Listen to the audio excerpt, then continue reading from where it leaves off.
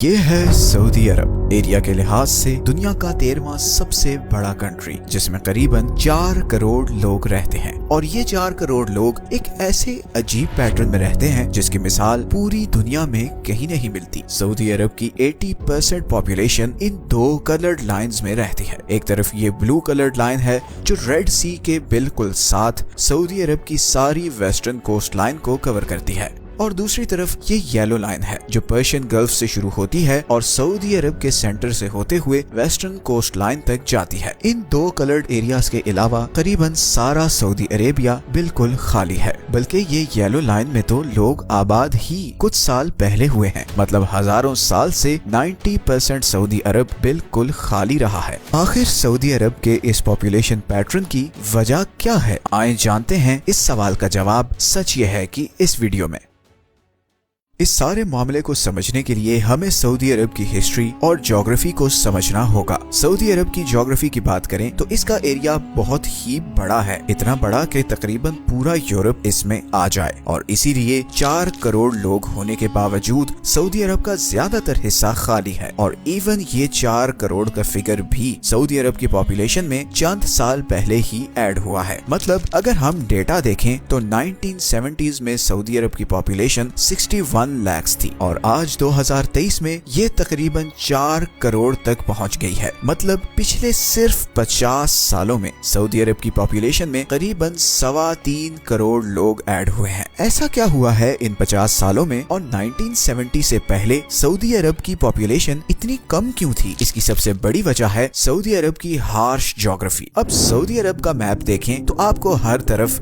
بڑے بڑے ریگستان نظر آئیں گے، جیسے ناردرن سائڈ پر جارڈن اور عراق کے بارڈر پر النفود ڈیزرٹ ہے۔ اسی طرح سعودی عرب کی صدرن سائڈ پر بہت ہی بڑا اور خطرناک ریگستان ہے جسے عربی میں ربع الخالی اور انگلش میں دا ایمپٹی کوارٹر کہتے ہیں۔ اگر آپ گوگل میپ پر سعودی عرب کو دیکھیں تو آپ کو سمجھ آ جائے گا کہ اس ایریا کو دا ایمپٹی کوارٹر کیوں کہتے ہیں۔ اس پورے ایریا میں آپ کو کوئی روڈ، ریل، گھر کچھ بھی نظر نہیں آئے گا، اور اس کی وجہ یہ ہے کہ اس ریگستان میں اتنے بڑے اور خطرناک ریت کے طوفان آتے ہیں جتنے ہماری پوری زمین میں کہیں نہیں آتے، اور گرمیوں میں یہاں ٹیمپریچر 55 ڈگریز تک پہنچ جاتا ہے، جبکہ دوسری طرف سردیوں میں اتنی ٹھنڈ ہوتی ہے کہ ٹیمپریچر -7 تک گر جاتا ہے۔ اسی ریگستان کی وجہ سے سینٹرل، ناردرن اور صدرن عربیہ میں ٹریڈ ہمیشہ سے بہت مشکل رہا ہے۔ حالانکہ یہ سارے کنٹریز پڑوسی ہیں اور ان کے ایک دوسرے کے ساتھ بارڈر ہیں۔ ایون اگر آپ عمان کو دیکھیں تو وہ تو بالکل ہی لاک نظر آئے گا، مطلب آگے سمندر ہے اور پیچھے ایک خطرناک صحرا۔ 20th سینچری سے پہلے اس ریگستان کو کراس کرنے کا کوئی سوچتا بھی نہیں تھا۔ 1931 میں پہلی دفعہ ایک برٹش ایکسپلورر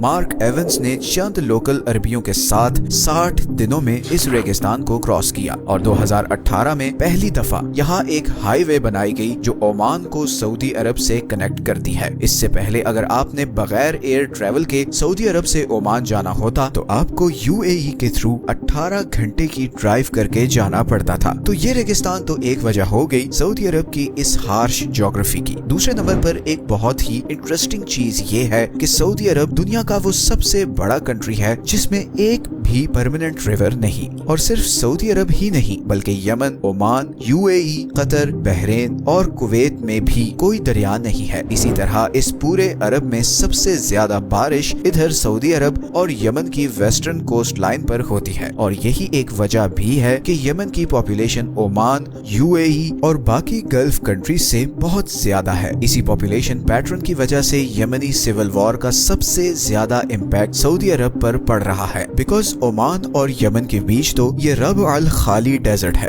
جدھر کوئی جاتا نہیں، جبکہ سعودی عرب کے سب سے زیادہ آبادی والے ایریاز یمن کے سب سے پاپولیٹڈ شہروں کے بالکل ساتھ ہیں، اور اسی لیے حوثی باغی اکثر سعودی عرب کو میزائل اٹیک سے تھریٹ کرتے رہتے ہیں۔ اب یہاں پر ایک بڑی انٹرسٹنگ چیز یہ ہے کہ سعودی عرب کے سارے بڑے شہر جیسے کہ مکہ، مدینہ، جدہ، ریاض اور دمام سب اس ہائی پاپولیشن سرکل سے باہر لوکیٹڈ ہیں۔ اب مکہ، مدینہ اور और जद्दा की लोकेशन के पीछे हजारों साल की हिस्ट्री और स्ट्रेटेजिक रीजंस हैं। अगर आप जद्दा और मक्का को देखें तो दोनों एक दूसरे से काफी करीब हैं और दोनों ही Mediterranean Sea, Gulf of Aden, Persian Gulf और इस एम्प्टी क्वार्टर से बिल्कुल इक्वल डिस्टेंस पर हैं। और इस स्ट्रेटेजिक लोकेशन का मतलब ये था कि हजारों साल से इंडिया, ईरान, ईस्ट अफ्रीका और इजिप्ट से आने वाले तिजारती काफलों मतलब ट्रेड कैरावान्स के लिए इन दोनों शहरों को अवॉइड करना तकरीबन नामुमकिन था, क्योंकि स्टीम शिप्स और सुएज कनाल बनने से पहले इजिप्ट से लेकर इंडिया तक का सारा जमीनी और समुद्री ट्रेड इसी रूट से होता था, जिसके रास्ते में मक्का, मदीना और जद्दा आते हैं। और यही वजह है कि ये तीनों शहर इकोनॉमिकली अरब वर्ल्ड का फोकल पॉइंट बन गए। अब अगर हम मैप को थोड़ा और जूम इन करें तो आप देख सकते हैं कि मक्का के नॉर्थ में सारा पहाड़ी एरिया है और अगर हम थोड़ा सा नॉर्थ ईस्ट में आए तो यहाँ ताइफ है। ताइफ एक खूबसूरत शहर है जहाँ पर हर तरफ ग्रीनरी है और मौसम ठंडा है। पुराने वक्तों में कुरैश के बड़े बड़े सरदार और अमीर लोग गर्मियों में यहीं पर वक्त गुजारने आते थे। उनके लिए ये एक हिल स्टेशन था। मगर ताइफ से आगे पर्शियन गल्फ तक आपको बिल्कुल फ्लैट रेगिस्तान नजर आएंगे और इस सारे एरिया को मार्क करने के लिए हम येलो हाईलाइट करते हैं। इस सारे एरिया में बारिश ना होने के बराबर है और इसीलिए हजारों साल से ये सारा एरिया बिल्कुल खाली रहा है, सिवाय रियाद के आसपास के कुछ एरियाज के जहाँ पर कुछ अरब बद्दू रहते थे और 20वीं सदी के शुरू तक ऐसा ही रहा। सन 1900 में सऊदी अरब की पॉपुलेशन 25 लाख थी और ये 99% पॉपुलेशन इधर सऊदी अरब की वेस्टर्न कोस्ट लाइन इस ब्लू लाइन में रहती थी। लेकिन फिर अगले 30 सालों में कुछ ऐसी चेंजेस हुई जिसके बाद ये पॉपुलेशन पैटर्न शिफ्ट होने लगा और तभी ये येलो लाइन वजूद में आई जब 1932 में रियाद की अल सऊद फैमिली ने सऊदी अरब का कंट्रोल ले लिया और रियाद को सऊदी अरब का कैपिटल डिक्लेयर कर दिया। अब इसको कैपिटल डिक्लेयर करने की सिर्फ ये वजह नहीं थी कि अल सऊद फैमिली का ताल्लुक रियाद से था, बल्कि उनके पास इसके अलावा और कोई ऑप्शन नहीं थी। बिकॉज मक्का और मदीना को तो कैपिटल बना नहीं सकते थे, बिकॉज वहाँ पर नॉन मुस्लिम्स नहीं जा सकते और चूंकि कैपिटल में सारी दुनिया के फॉरेन डेलीगेट्स, एम्बेसडर्स और हेड ऑफ स्टेट्स ने आना होता है तो सऊदी अरब के लिए इंटरनेशनल डिप्लोमेटिक रिलेशंस रखना बहुत ही मुश्किल हो जाता। इसीलिए रियाद को कैपिटल बनाया गया और फिर 1938 में इधर रियाद के पास ही ऑयल के बहुत बड़े रिजर्व्स डिस्कवर हो गए, जिसके बाद सऊदी अरब की तकदीर बदल गई। 1970s तक सऊदी अरब पूरी दुनिया की 15% ऑयल सप्लाई पूरी कर रहा था।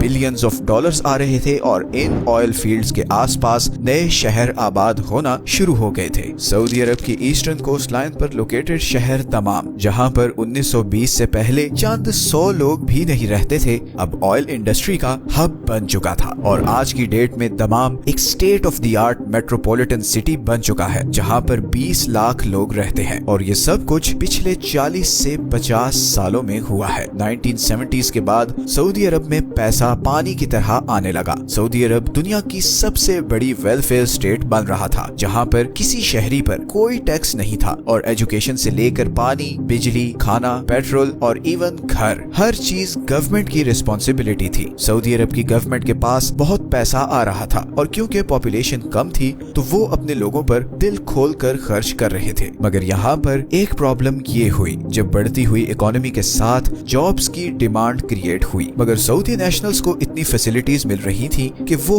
अब नौकरी में कोई इंटरेस्टेड नहीं थे और इसी गैप को फिल करने के लिए इंडिया, पाकिस्तान, बांग्लादेश, अफगानिस्तान, इंडोनेशिया और इजिप्ट से हजारों मुस्लिम वर्कर्स को वीजे दिए गए और उन्हें सऊदी अरब में लाकर कंस्ट्रक्शन, ट्रांसपोर्टेशन और सर्विस इंडस्ट्री में जॉब्स दी गई। इसके बाद अगले 30 सालों में सऊदी अरब की इकोनॉमी और पॉपुलेशन लिटरली एक्सप्लोड हो गई। रियाद और जद्दा झोंपड़ियों और टूटी फूटी सड़कों से अब मेट्रोपॉलिटन सिटीज बन चुके थे जहां पर अब कुल मिलाकर 1.5 करोड़ लोग रहते हैं। अब सऊदी अरब की 85% पॉपुलेशन शहरों में रहती है और यही वजह है सऊदी अरब के इस पॉपुलेशन पैटर्न की, जहां पर सऊदी अरब की मेजॉरिटी पॉपुलेशन इस नेचुरल ब्लू लाइन और artificially created yellow line pattern में रहती है। लेकिन यही पॉपुलेशन पैटर्न अब सऊदी अरब के लिए बहुत प्रॉब्लम्स क्रिएट कर रहा है। याद रहे कि ये येलो लाइन पर आबाद होने वाले शहर बिलियंस ऑफ डॉलर खर्च करके 30 से 40 साल पहले ही बसाए गए हैं और इनका सबसे बड़ा मसला है पानी, क्योंकि यहाँ पर बारिश ना होने के बराबर है। इसी का हल निकालने के लिए 1980s में सऊदी अरामको ने इस सारे एरिया में अंडरग्राउंड पानी की तलाश शुरू की और वो उन्हें मिल भी गया। इन चंद वाटर रिजर्व्स पर सऊदी गवर्नमेंट ने आर्टिफिशियल एक्वाइफर्स भी बनाए, लेकिन मसला ये हुआ कि बारिश ना होने और कंजम्पशन ज्यादा होने की वजह से पानी के ये बड़े बड़े कुएं सूखते गए। दूसरा, पूरे सऊदी अरब में सिर्फ 0.5% जमीन कुछ भी उगाने के काबिल है, बाकी 99.5% जमीन में कुछ काश्त नहीं हो सकता और इसीलिए सऊदी अरब में मेजॉरिटी फूड बाहर से इंपोर्ट होता है। गो के सऊदी गवर्नमेंट ने किसानों को हैवी सब्सिडीज और आर्टिफिशियल पानी की सप्लाई दी ताकि वो आर्टिफिशियल फार्म लैंड्स बनाएं ताकि सऊदी अरब को बाहर से फूड ना इंपोर्ट करना पड़े, और ये कुछ हद तक अचीव भी हो गया, मगर ये सस्टेनेबल नहीं था बिकॉज ये सारा पानी आर्टिफिशियली क्रिएटेड एक्वाइफर्स से आ रहा था और इसी का नतीजा ये हुआ कि 2010 में इन एक्वाइफर्स का 80% पानी खत्म हो चुका था और साइंटिस्ट्स ने प्रिडिक्शन करना शुरू कर दी कि 2030 तक ये सारे पानी की सप्लाई भी बिल्कुल खत्म हो जाएगी। इसके बाद सऊदी अरब ने इस प्रोजेक्ट पर काम रोक दिया और ज्यादा पानी लेने वाली क्रॉप्स जैसे कि राइस वगैरह को उगाना बंद कर दिया। इसी पानी की प्रॉब्लम का सोल्यूशन निकालने के लिए अब सऊदी गवर्नमेंट ने इधर पर्शियन गल्फ के साथ समुद्र में डीसैलिनेशन प्लांट्स लगाए हैं, जहां से समुद्र के खारे पानी को साफ करके रियाद, दमाम और दूसरे शहरों तक पहुंचाया जाता है। इसी तरह इधर वेस्टर्न कोस्ट लाइन पर भी 12 डीसैलिनेशन प्लांट्स लगाए गए हैं, जहां से इस सारी कोस्ट लाइन के करीब शहरों तक साफ पानी पहुंचाया जा रहा है। नो डाउट ये एक अनबिलीवेबल काम है, मगर ये बहुत हैवीली सऊदी अरब के ऑयल रेवेन्यूज पर डिपेंडेंट है क्योंकि ये डीसैलिनेशन प्लांट्स चलाने के लिए बहुत ज्यादा पैसा चाहिए। इसीलिए किंग मोहम्मद बिन सलमान अब तेजी से सऊदी अरब की इकोनॉमी को ऑयल से डाइवर्सिफाई करना चाह रहे हैं ताकि सऊदी अरब की ऑयल पर डिपेंडेंस खत्म हो, क्योंकि दुनिया अब फ्यूल से इलेक्ट्रिक ट्रांसपोर्ट की तरफ जा रही है और जैसे ही ये अचीव हो गया ऑयल प्रोड्यूसिंग कंट्रीज के लिए बहुत बड़ी प्रॉब्लम्स खड़ी हो जाएंगी। लेकिन इस सारी वीडियो में हमारे लिए लेसन भी है कि अगर लीडरशिप सिंसियर हो तो सहरा को भी गुलिस्तान बनाया जा सकता है। सऊदी अरब के लीडर्स ने जिस तरह रियाद और दूसरे शहरों को ट्रांसफॉर्म किया है, अपने लोगों को आसानियां दी हैं, दैट इज अनबिलीवेबल।